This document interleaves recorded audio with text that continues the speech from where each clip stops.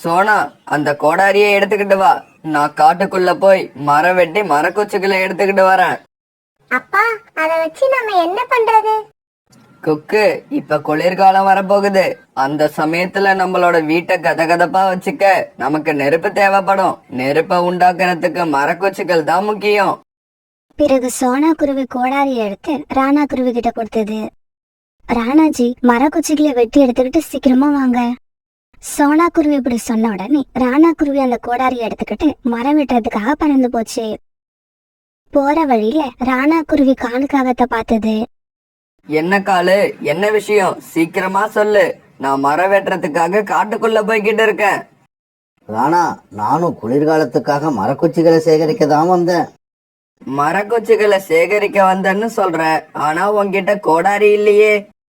அவசரமா கிளம்பி வந்ததுல கோடாரிய மறந்துட்டு வீட்லயே வச்சுட்டு வந்துட்டேன். சரி, நானும் உன் கூட வாரேன். உன்னோட வேலை முடிஞ்சதுக்கு அப்புறம் இந்த கோடாரியை என்கிட்ட கொடு. இப்படி சொன்ன காலுக்காகவும் பிறகு ராணா குருவி கூட சேர்ந்து மரம் வெட்டுறதுக்காக பறந்து போச்சு. அடர்த்தியான அந்த காட்டுக்குள்ள போனதும் காலுக்காகவும் தான் தூங்குறதுக்கான ஒரு இடத்த தேர்ந்தெடுத்துச்சு. ராணா, நீ மரம் வெட்டி முடிச்சிட்டு என்ன எழுப்பு.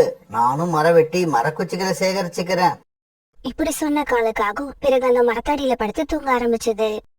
பிறகு ராணா குருவி ஒரு மரத்தை தேர்ந்தெடுத்து அதை வெட்ட ஆரம்பிச்சது. இப்படி வெட்டின மரக்குச்சிகளை எல்லாம் ஒரு இடத்துல சேமிச்சு வச்சுட்டு ராணா குருவி மறுபடியும் மரம் வெட்ட ஆரம்பிச்சது. நாம மரம் வெட்டி முடிச்சதுக்கு அப்புறம் காலுக்காகவும் மரம் வெட்டணும். அதனால நாம நம்ம வேலையை சீக்கிரமா செஞ்சு முடிக்கணும்.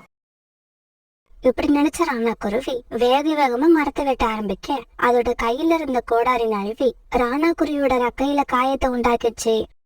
ரத்தம் சொட்ட சொட்ட ராணா குருவி மரத்துல இருந்து கீழே விழுந்தது. காலு, காலு, நீ எங்க இருக்க? சீக்கிரம் இங்க வா, நான் ஆபத்துல இருக்கேன். ஆனா காலுக்காக ராணா குருவி கத்துனத காதுல விழாம நல்லா தூங்கிக்கிட்டு இருந்தது. ரொம்ப நேரம் இப்படி கூப்பிட்டு பார்த்த ராணா குருவி ஒரு கட்டத்துல மயக்கமாயிடுச்சு. ராத்திரி ஆனதுக்கு அப்புறமும் ராணா குருவி வீட்டுக்கு வராதால சோனா குருவிக்கு கவலை வந்துருச்சு. குக்கு, ராத்திரி ஆயிடுச்சு, அப்பா இன்னும் வரல, நான் போய் அவங்கள தேடி பார்த்துட்டு வரேன். அம்மா, இந்த ராத்திரியில நீங்க மட்டும் எப்படி தனியா போவீங்க? நானும் உங்க கூட வாரேன். வேண்டாம் குக்கு, நீ வீட்லயே இரு. அம்மா புறா அங்கிள் வீட்டுக்கு போய் அவங்களையும் அழைச்சிட்டு போறேன். இப்படி சொன்ன சோனா குருவி புறா வீட்டை நோக்கி பறக்க ஆரம்பிச்சது. புறாண்ணா, கொஞ்சம் என் கூட வாங்க. ராணாஜி மரம் வெட்டுறதுக்காக காட்டுக்குள்ள போனாரு, இன்னும் திரும்பி வரல. கொஞ்சம் இரு சோனா, ஹரிக்கன் லைட்டை எடுத்துக்கிட்டு வரேன். இப்படி சொன்ன புறா பிறகு அரிக்கன் லைட் எடுத்துக்கிட்டு வர புறாவும் சோனா குருவியும் ராணாவை தேடி பறந்து போனாங்க. இப்படி இவங்க ரொம்ப தூரம் பறந்து போயும் ராணா குருவியை எங்கேயுமே பார்க்க முடியல. குக்குவோட அப்பா, குக்குவோட அப்பா, நீங்க எங்க இருக்கீங்க? ராணா, ராணா, நீ எங்க இருக்க? அந்த சமயம் மயக்க தெரிஞ்சு கண் வச்ச ராணா குருவி இவங்களோட குரலை கேட்டுடுச்சு. சோனா, சோனா, நான் இங்க இருக்கேன். பெரிய மரத்துக்கு அடியில கீழே விழுந்து கிடக்குறேன். பிறகு சோனா குருவியும் புறாவும் அங்க போனாங்க. அந்த இடத்துல ராணா குருவி ரக்கையில காயம் பட்டு கிடக்கிறத பார்த்து சோனா குருவி கண்ணீர் விட்டு அழுதுச்சு. ராணாஜி, உங்க ரக்கைகள்ல எப்படி அடிபட்டது? சோனா, மரம் வெட்டிக்கிட்டு இருக்கப்ப என் கையில இருந்த கோடாரி நழுவி என் ரெக்கையில விழுந்துருச்சு. நானும் பறக்கறதுக்கு எவ்வளவோ முயற்சி பண்ணினேன். வலி அதிகமா இருக்கிறதால என்னால பறக்க முடியல. இவங்க பேசிக்கிட்டு இருக்க சத்தத்துல கண் வச்ச காலுக்காக அங்க வந்தது. ராணா, உனக்கு என்ன ஆச்சு? பிறகு அங்க நடந்ததை கேட்டு தெரிஞ்சுக்கிட்ட காலுக்காக தான் இப்படி தூங்குனதுக்காக ரொம்பவும் வெக்கப்பட்டது. புறா, வா, நாம 2 பேரும் சேர்ந்து ராணாவை அவங்க வீட்டுக்கு தூக்கிக்கிட்டு போவோம்.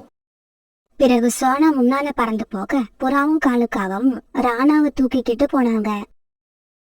காலையில நல்லபடியா வீட்டு விட்டு கிளம்புனப்பா இப்ப ரக்கைகள் அடிபட்டு வர்றத பார்த்த குக்கு அழ ஆரம்பிச்சான். என்னாச்சு? என்னோட அப்பாவுக்கு என்னாச்சு? குக்கு, அப்பாவுக்கு ஒன்னும் இல்ல. ரெக்கையில லேசா காயம் பட்டிருக்கு, அவ்வளவுதான். புறான்னா காலண்ணா, உங்க 2 பேருக்கும் ரொம்பவும் நன்றி. கஷ்டமான சமயத்துல எனக்கு நீங்க 2 பேரும் உதவி பண்ணிருக்கீங்க. சோனா, இந்த உதவிய கூட செய்யலன்னா அப்புறம் நண்பர்கள்னு நாங்கெல்லாம் எதுக்குதான் இருக்கோம்? இப்படி சொல்லிட்டு காலுக்காகவும் புறாவும் அங்கிருந்து பறந்து போனாங்க. பிறகு ராணா குருவி ரக்கையில இருந்த காயத்துக்கு சோனா குருவி கட்டு போட்டு விட்டது. பிறகு இரவு உணவு சாப்பிட்ட எல்லாரும் அப்படியே படுத்து தூங்க ஆரம்பிச்சாங்க. மறுநாள் பொழுது விடிஞ்சிச்சு. சோனா, இதுக்கப்புறம் நாம வீட்டு செலவுக்கு என்ன பண்ண போறோம்? அத நினைச்சா எனக்கு பயமா இருக்கு. ராணாஜி, கவலைப்படாதீங்க. இன்னும் 10 நாளைக்கு தேவையான மளிகை பொருட்கள் வீட்டுல இருக்கு. அதுக்குள்ள உங்க காயம் ஆறிடுங்கிற நம்பிக்கையும் எங்களுக்கு இருக்கு. இப்படியே சில நாட்கள் நகர்ந்துச்சு. இந்த கொஞ்ச நாட்கள்ல சோனா குருவி வீட்டுல இருந்த எல்லா மளிகை பொருட்களும் காலி ஆயிடுச்சு. ஆனா ராணா குருவி ரக்கையில் அடிப்பட்ட காயம் இன்னும் சரியாகல. அதனால ராணாவால பறக்கவும் முடியல. ராணாஜி, வீட்டுல மளிகை பொருட்கள் தீர்ந்து போயிடுச்சு. குக்குவுக்கு குளிர்காலத்துக்கான ஸ்வெட்டர் மங்கி கேப் வாங்கணும். இது எதுக்குமே நம்ம கிட்ட பணம் இல்ல. எனக்கு என்ன பண்றதுன்னு தெரியல. அம்மா அம்மா, நம்ம யார்கிட்டயாவது கடன் கேட்டு பாப்போம். அப்பாவோட ரெக்கையில பட்ட காயம் சரியான உடனே அந்த பணத்தை திருப்பி கொடுத்துடலாம். குக்கு, இந்த குளிர்காலத்துல எல்லாருக்குமே பணம் தேவைப்படும். யாரும் கடன் கொடுக்க மாட்டாங்க. ராணாஜி, நான் கோரி அக்காவை போய் பார்த்துட்டு வரேன். நீங்க ஜாக்கிரதையா வீட்டுல இருங்க. அம்மா, நானும் உங்க கூட கோரி ஆண்டி வீட்டுக்கு வரேன். இல்ல குக்கு, குளிர் அதிகமா இருக்கு. நீ அப்பா கூட வீட்லயே இரு. அம்மா சீக்கிரமா வந்துடுற.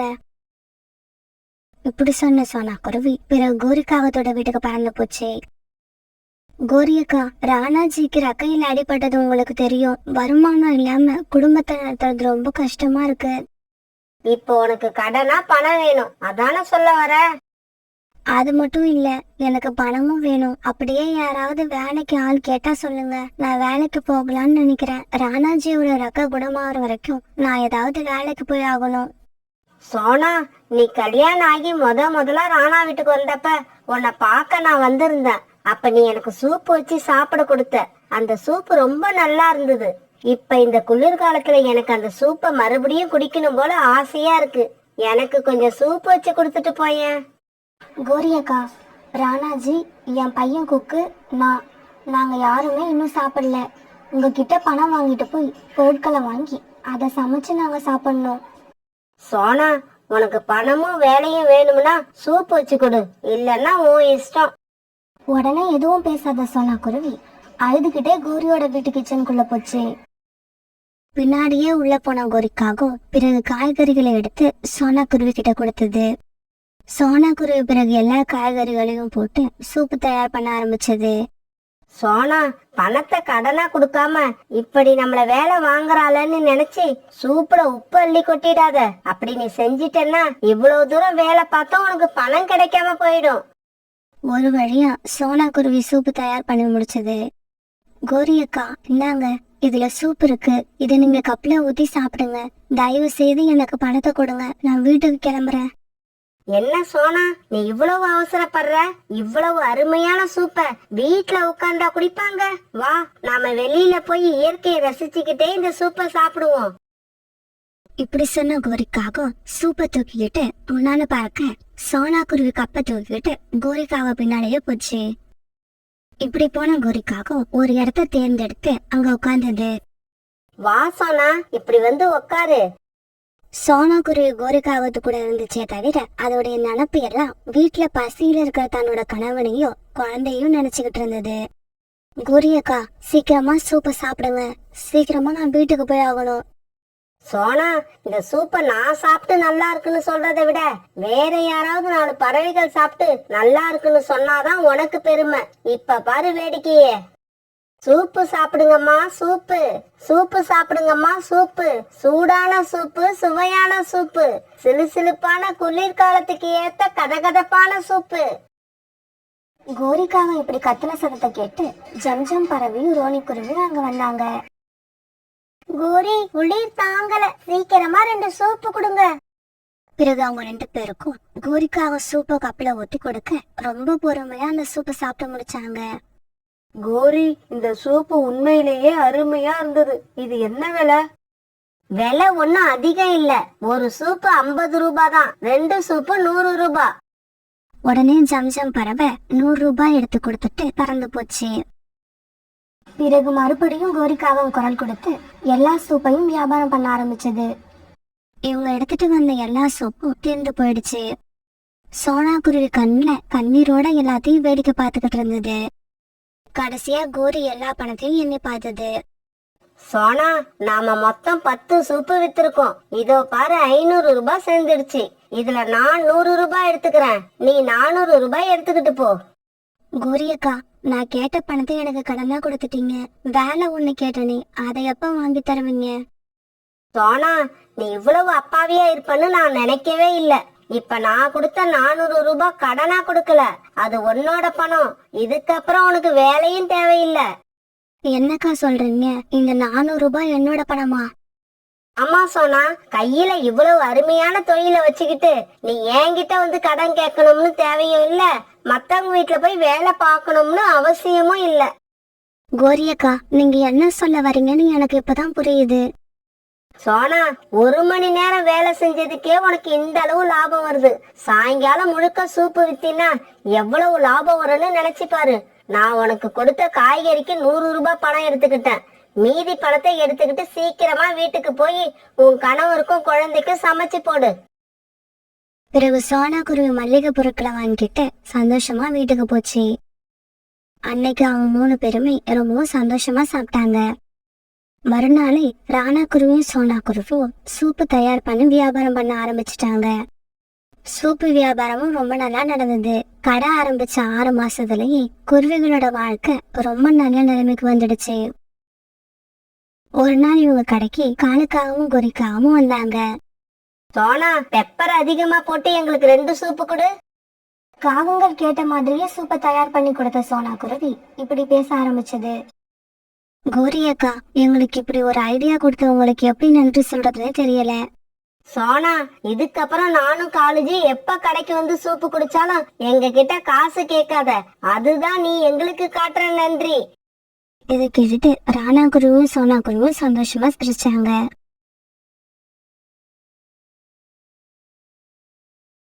தூரமா இருந்த ஒரு காட்டுல ராணா குருவியும் அவங்க அம்மாவும் வாழ்ந்து வந்தாங்க.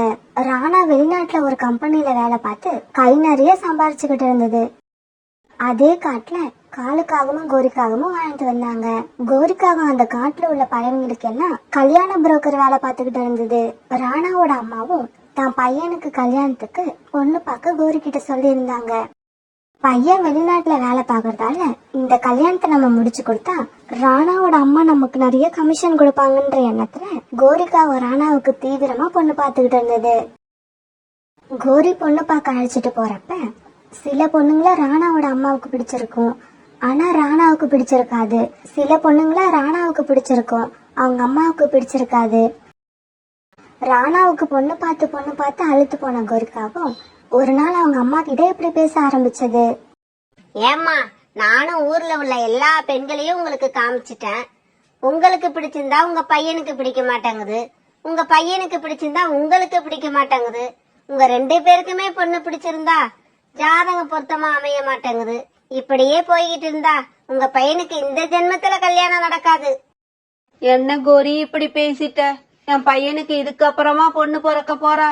எங்கேயோ பிறந்து என் பையனை கல்யாணம் பண்றதுக்கு இந்நேரம் தயாரா இருப்பா. ஆமா ஆமா, நீங்க சொல்றதும் உண்மையா இருக்கலாம். எனக்கு என்னவோ உங்க பையன் அடுத்த தடவை லீவுக்கு வரும்போது வெளிநாட்டுல இருந்தே ஒரு பெண்ணை கல்யாணம் பண்ணி கையோட கொண்டு வந்துருவான்னு நினைக்கிறேன். கோரி இப்படி விளையாட்டா சொன்னதை கேட்டுட்டு ராணாவோட அம்மாவுக்கு கோபம் வந்துருச்சு.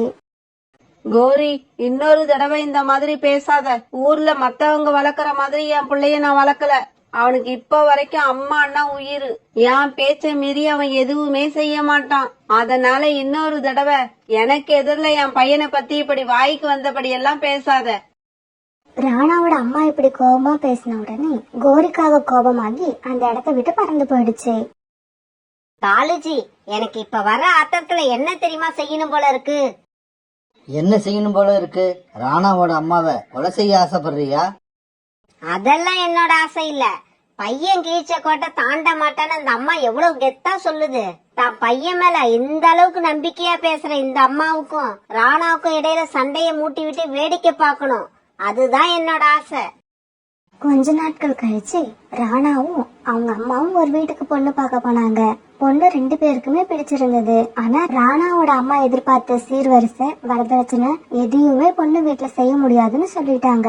ஏன்னா அவங்க ரொம்ப ஏழை. எனக்கு பணம் வரதட்சணை எதுவும் முக்கியம் இல்ல. நான் இந்த பொண்ணதான் கல்யாணம் பண்ணுவேன்னு ராணா பிடிவாதம் பிடிக்க வேற வழியில அது ராணாவோட அம்மா அந்த பொண்ணையே ராணாவுக்கு கல்யாணம் பண்ணி வச்சாங்க. இப்படிதாங்க நம்ம சோனா குருவி ராணா குருவிக்கு மனைவியா இந்த வீட்டுக்குள்ள காலடி எடுத்து வச்சது. கல்யாணம் ஆன புதுசுல நம்ம பையன் ராணா ஆசைப்பட்டு கல்யாணம் பண்ணிக்கிட்டு வந்த பொண்ணுன்னு ராணாவோட அம்மாவும் சோனா குருவி மேல பாசமா தான் இருந்தாங்க. ஆனா அந்த பாசம் ரொம்ப நாள் நீடிக்கல. கல்யாணம் ஆகி ஒரு 6 மாசம் கழிச்சு சோனா குருவி 2 முட்டைகள் இட்டு இருந்தது. அதுல ஒரு முட்டையில இருந்தாவது நமக்கு ஒரு பேரன் பிறப்பான்னு ராணாவோட அம்மா ரொம்ப நம்பிக்கையாவும் சந்தோஷமாவும் இருந்தாங்க. ஆனா ஒரு நல்ல நாள்ல ராணாவோட அம்மா நினைச்ச மாதிரி நடக்காம 2 முட்டைகள்ல இருந்தும் 2 பெண் குழந்தைகள் வெளியே வந்தது. இப்படி பெண் குழந்தைகள் பிறந்ததால சோனா குருவிக்கும் ராணா குருவிக்கும் ரொம்ப சந்தோஷம். பிறகு தன்னோட குழந்தைங்க கூடவும் சோனா குருவி கூடவும் கொஞ்ச நாட்கள் மகிழ்ச்சியா கழிச்ச ராணா குருவி பிறகு தான் வேலைக்காக வெளிநாடு கிளம்பி போயிடுச்சு. ஏற்கனவே சீர்வரிசை வரதட்சணை எதுவுமே கொண்டு வராம தனக்கு மருமகளா வந்த சோனா மேல ராணாவோட அம்மாவுக்கு அடி மனசுல ஒரு வருத்தம் இருந்தது. அந்த வருத்தமும் சோனாவுக்கு இப்ப 2 பெண் குழந்தைகள் பிறந்ததால உண்டான வருத்தமும் சேர்ந்து ராணாவோட அம்மா மனசுல பெரிய கோபமா மாறுச்சு. அதனால ராணாவோட அம்மா இப்பெல்லாம் சோனா குருவிய சின்ன சின்ன விஷயத்துக்கெல்லாம் திட்டி திட்டி அழ வச்சுக்கிட்டு இருந்தாங்க. இப்படியே சில நாட்கள் நகர்ந்துச்சு.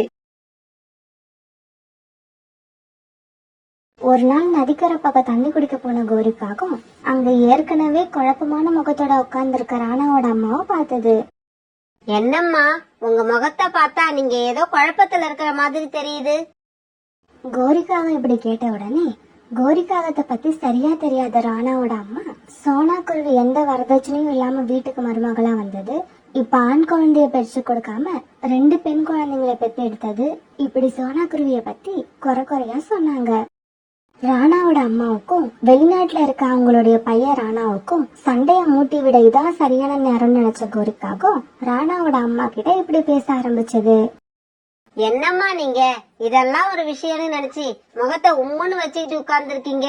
நான் சொல்றபடி நீங்க நடந்தீங்கன்னா நீங்க நினைக்கிற மாதிரியே ஒரு பணக்கார மருமக உங்க வீட்டுக்கு வருவா. என்ன கோரி சொல்ற? அது எப்படி நடக்கும்?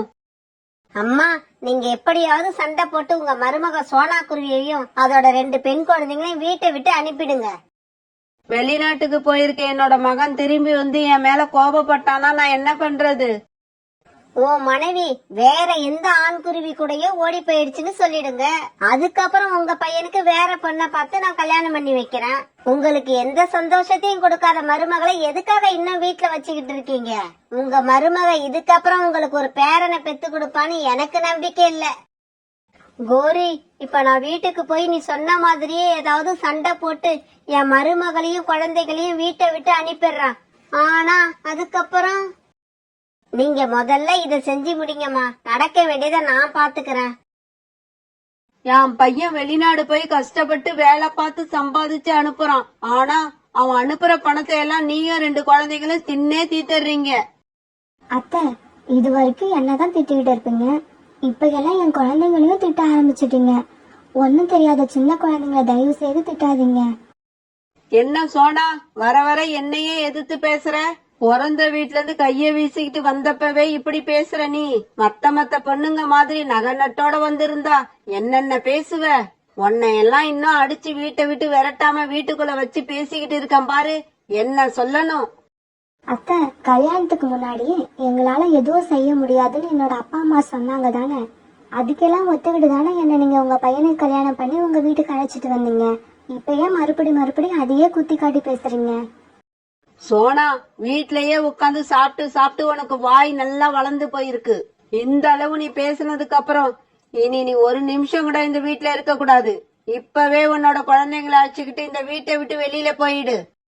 அத்தை இந்த மாதிரி பேசாதீங்க. எங்களை வீட்டை விட்டு வெளியே போகணும்னு சொன்னா நாங்க எங்க போவோம்?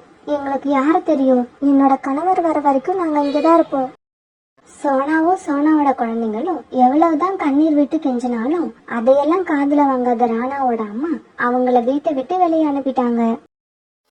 பிறகு எங்க போறதுன்னு தெரியாம மனசு போன போக்குல குழந்தைங்களை அழைச்சுக்கிட்டு பறந்து போச்சு. அம்மா அம்மா நாம இப்ப எங்கம்மா போறோம்?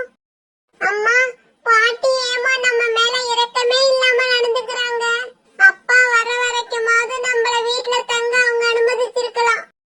பசங்களா கவலைப்படாதீங்க, நாம இப்ப பக்கத்து காட்டுல இருக்க என்னோட அம்மா வீட்டுக்கு போவோம். மத்த எல்லாத்தையும் அங்க போய் பேசிக்கலாம்.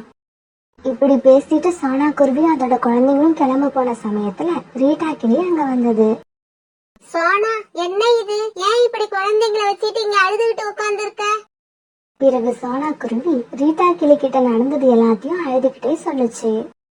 அதனாலதான் இப்ப நான் என் குழந்தைங்களை அழைச்சிட்டு என்னோட அம்மா வீட்டுக்கு போயிட்டு இருக்கேன். சோனா, எனக்கு என்னவோ நீ இப்ப உங்க அம்மா வீட்டுக்கு போறது சரியில்லைன்னு தோணுது. அங்க போனா அவங்க மனசு ரொம்ப கஷ்டப்படும். அதனால நீ பேசாம என் கூடவே தங்கிடு. நான் காட்டுல மரம் வெட்டுற வேலை தான் பாக்குறேன். உனக்கும் அப்படியே எங்க ஓனர் கிட்ட சொல்லி ஒரு வேலை வாங்கி தாரேன். உன் கணவர் வெளிநாட்டுல இருந்து திரும்பி வர வரைக்கும் நீ இங்க இருக்கிறது தான் நல்லதுன்னு நான் நினைக்கிறேன். ரீட்டா கிளி சொன்னது சோனா குருவி மனசுலயும் சரின்னு பட்டதால பிறகு குழந்தைங்களை அழைச்சுக்கிட்டு ரீட்டா கிளி வீட்டுக்கு பறந்து போச்சு. பிறகு தான் சொன்ன மாதிரி தான் வேலை செய்யற ஓனர் கிட்ட சோனா குருவி அழைச்சுக்கிட்டு போய் அதுக்கு ஒரு வேலை வாங்கி கொடுத்தது. ரீட்டா கிளி செஞ்ச இந்த உதவியால சோனாவோட வாழ்க்கை இப்ப நிம்மதியா போய்கிட்டு இருந்தது. இப்படியே சில மாசங்கள் நகர்ந்துச்சு. பிறகு ஒரு நாள் ராணா குருவி வெளிநாட்டுல இருந்து திரும்பி வர செய்தியை கேள்விப்பட்ட கோரிக்காகவும் ராணாவை சந்திக்கிறதுக்காக வேக வேகமா பறந்து போச்சு. என்னோட நீண்ட நாள் ஆசையை தீர்த்துக்க இதுதான் சரியான நேரம். இப்படி தன்னோட மனசுக்குள்ள நினைச்ச கோரிக்காகவும் ராணா குருவி கிட்ட இப்படி பேச ஆரம்பிச்சது. ராணா, நீ வெளிநாட்டுல இருந்து திரும்பி வந்துட்டியா? ஆனா பாவம், நீ வர்றதுக்குள்ள உன்னோட மனைவிய அடி அடின்னு உங்க அம்மா அடிச்சு வீட்டை விட்டு குழந்தைங்களோட வெளியில தள்ளிட்டாங்க. கோரி, நீங்க என்ன சொல்றீங்க? இப்படி நடந்திருக்க வாய்ப்பே இல்ல. ஏன்னா எங்க அம்மா அப்படிப்பட்டவங்க கிடையாது.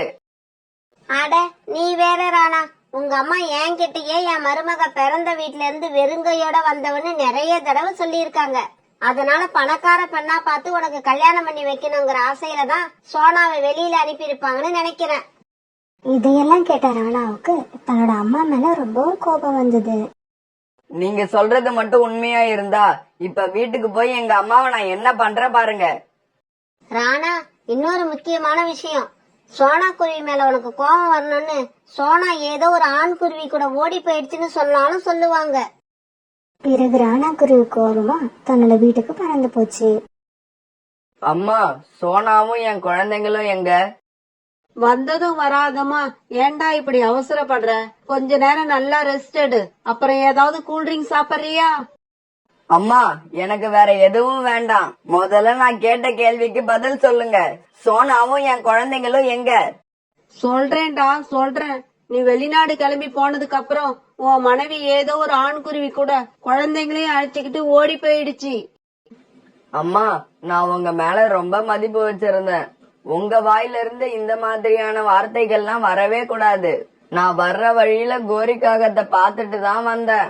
கோரி அக்கா நடந்தது எல்லாத்தையும் என்கிட்ட தெளிவா சொல்லிட்டாங்க. இப்ப அடுத்து எனக்கு கல்யாணம் பண்றதுக்காக பணக்கார பொண்ணா பாக்க போறீங்க. அதுதானே உங்க ஆசை? என்னது, வர்ற வழியில கோரிக்காகத்தை பாத்தியா? கோரி உன்கிட்ட என்ன சொன்னா? உண்மைய சொன்னாங்க. நீங்க என்னையும் சோனாவையும் பிரிக்கிறதுக்காக போட்ட கேவலமான பிளான் எல்லாத்தையும் சொல்லிட்டாங்க. இதுக்கப்புறம் நான் இந்த வீட்டுல இருக்கவே மாட்டேன். என் மனைவிய போய் தேடி கண்டுபிடிச்சு எங்கேயாவது போய் நிம்மதியா வாழ்றேன்.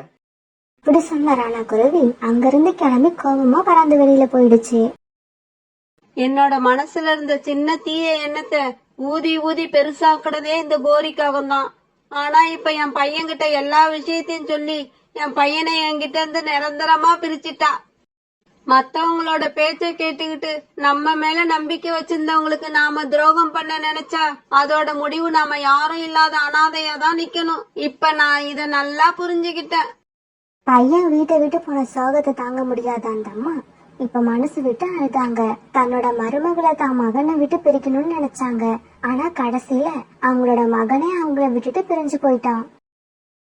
பிறகு ராணா குருவி தன்னோட மனைவி சோனா குருவிய காடு பூரா தேடி பார்த்துச்சு. பிறகு ஒரு இடத்துல விளையாண்டுகிட்டு இருந்த தன்னோட குழந்தைங்களை அடையாளம் கண்டுபிடிச்சு அவங்க கிட்ட போச்சு. பியூட்டி, ஸ்வீட்டி, அப்பா ஊர்ல இருந்து வந்துட்டேன். அப்பா கிட்ட வாங்க. ராணா குழந்தைங்கள பார்த்த சந்தோஷத்துல இப்படி குரல் கொடுக்க குழந்தைங்க ஓடி வந்து அப்பாவோட நெஞ்சில சாஞ்சுக்கிட்டாங்க.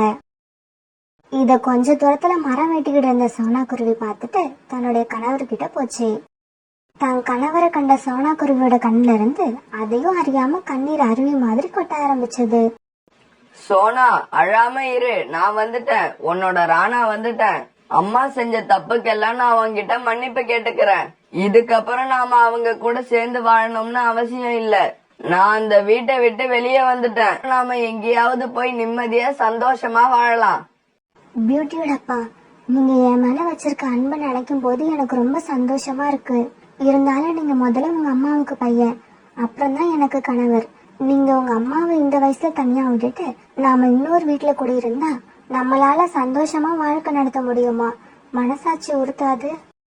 அப்ப எங்க அம்மா பண்ணுனதெல்லாம் சரின்னு சொல்றியா? இல்லங்க, நான் அப்படி சொல்ல வரல. அவங்க செஞ்சதெல்லாம் தப்புதான். இருந்தாலும் சின்ன வயசுல நீங்க செஞ்ச எத்தனையோ தவறுகளை உங்க அம்மா மன்னிச்சிருப்பாங்க. அந்த மாதிரி வயசானதுக்கு அப்புறம் அவங்க பண்ற சில தவறுகளை எல்லாம் நாம மன்னிக்க தான் செய்யணும். அவங்க கூட சேர்ந்து வாழ்ந்துதான் ஆகணும். இருந்தாலும் சோனா, உன்னையும் குழந்தைங்களையும் இறக்கமே இல்லாம வீட்டை விட்டு வெளியே அனுப்புன. அவங்க கூட உன்னால மறுபடியும் சேர்ந்து வாழ முடியுமா? பியூட்டியோட அப்பா, நீங்க ஏன் மறுபடி அதை பத்தியே பேசிக்கிட்டு இருக்கீங்க? Past is past. நடந்தது எல்லாத்தையும் மறந்துடுவோம். நடக்க போற நல்லதை மட்டுமே நினைப்போம். இப்படி சொன்னா பிறகு ராணாவையும் தன்னோட குழந்தைங்களையும் அழைச்சுக்கிட்டு தன்னோட வீட்டுக்கே வந்தது. இவங்க எல்லாரையும் பார்த்த ராணாவோட அம்மா மறுபடியும் அழ ஆரம்பிச்சாங்க. அத்தை, பாத்தீங்களா, நீங்க என்னையும் என் குழந்தைங்களையும் வெளியே அனுப்புனீங்க. ஆனா நான் உங்க பையனை மறுபடியும் இந்த வீட்டுக்குள்ள அழைச்சிட்டு வந்திருக்கேன். இதையெல்லாம் ஏன் தெரியுமா? நான் உங்களை அத்தையாவே நினைக்கல, என்னோட அம்மாவை தான் நினைக்கிறேன். இப்படி சொன்ன சோனா குருவிய ராணாவோட அம்மா நெஞ்சோட அணைச்சிக்க அந்த வீட்டுல சந்தோஷமும் மகிழ்ச்சியும் களை கட்ட ஆரம்பிச்சது. இப்ப இந்த குடும்பத்துல உண்டான மகிழ்ச்சியையும் சந்தோஷத்தையும் எத்தனை கோரிக்காகங்கள் வந்தாலும் கெடுக்கவே முடியாது.